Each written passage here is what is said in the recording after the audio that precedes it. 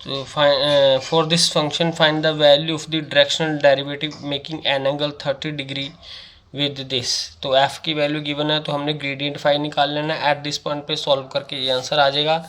Late A be the unit vector along an making an angle 30 with positive X axis. तो उसके लिए ये formula है हमारे पास cos 30 iota plus sign 30, values put कर देनी है। तो हमारे पास रिक्वायर्ड डायरेक्शन डेरिवेटिव आ जाएगा, ग्रेडियंट फाई को डॉट ए के साथ कर देना है। ठीक है, नेक्स्ट क्वेश्चन है हमारे पास, find the equation of the tangent plane and normal to this surface. तो सरफेस गिवन है हमारे पास, तो ग्रेडियंट की वैल्यू एट दिस पॉइंट पे सॉल्व करके निकाल लेनी है हमने। तो जो ये आंसर आएगा, जो ग्रेडियंट फाई होता है that is the vector along the normal to this surface. ठीक है, तो इस वेक्टर के पोजीशन वेक्टर निकाल लेने हैं ये वाले, 1 iota minus J plus 2k and R is the position vector. कोई भी पॉइंट ले लेना है टेंजेंट पे। Then this is perpendicular to gradient phi. तो जो ये इक्वेशन बनेगी r minus R, this is perpendicular to the gradient phi. तो ये अगर ये परपेंडिकुलर होगी तो इसका दोनों का डॉट प्रोडक्ट क्या आ जाएगा, 0, that will be the tangent plane. तो एक आर की वैल्यू हमारे पास ये है, जो कैपिटल आर है, और जो स्मॉल आर है, ये स्मॉल आर है पोजीशन वेक्टर जो हमने इस पॉइंट का लिया है। ये स्मॉल आर की वैल्यू ये है, इनको माइनस कर देना है और इनका डॉट प्रोडक्ट कर देना है। ठीक है, ये इक्वेशन आ जाएगी टेंजेंट की, टेंजेंट प्लेन की। तो हमने इक्वेशन ऑफ द नॉर्मल निकालनी है। तो इस पॉइंट से पास कर रही है x minus 1, Y plus 1, z minus 2 divided by curly F by curly X, curly F by curly Y, curly F by curly Z. तो ये वाली जो वैल्यूज़ हैं ये वाले पॉइंट्स ले लेने हैं, 7 माइनस 3 जो इनके कोफिशिएंट है एक्स के, वाई के, जेड के, 7 माइनस 3 और 8। तो हमारा ये क्वेश्चन कंप्लीट हो जाएगा। ठीक है, नेक्स्ट है हमारे पास डाइवर्जेंस,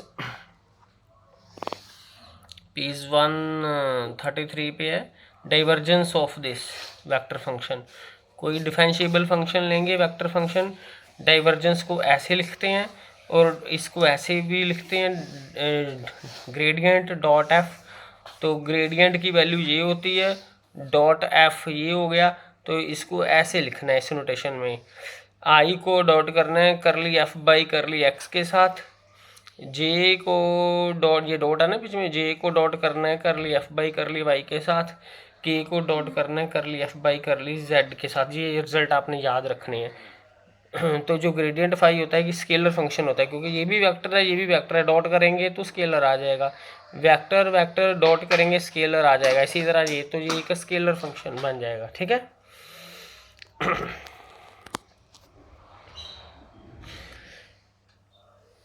तो उसके बाद है डाइवर्जेंस है in terms of components of F. अगर एफ के इस तरह 3 कंपोनेंट्स हमने बनाई हैं तो डाइवर्जेंस एफ को हम ऐसे लिखते हैं ना। तो ये फार्मूला हमारा ये याद रखना है हमने। ठीक है, डाइवर्जेंस एफ का ये क्वेश्चंस में हमने यूज़ करना है।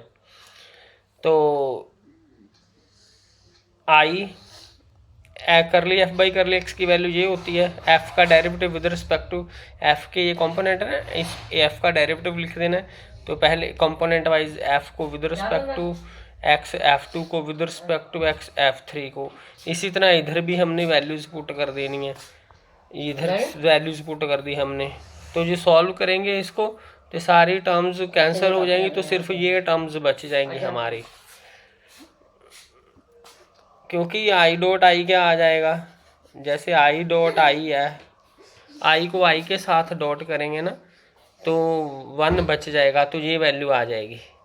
अगर आई डॉट, जैसे आई डॉट जे करेंगे, आई को डॉट करेंगे जे के साथ वो 0 आ जाएगा, आई को डॉट करेंगे के साथ वो 0 आ जाएगा। इस तरह सभी टर्म्स खत्म हो जाएंगी, सिर्फ ये टर्म बचेगी जे डॉट जे वाली।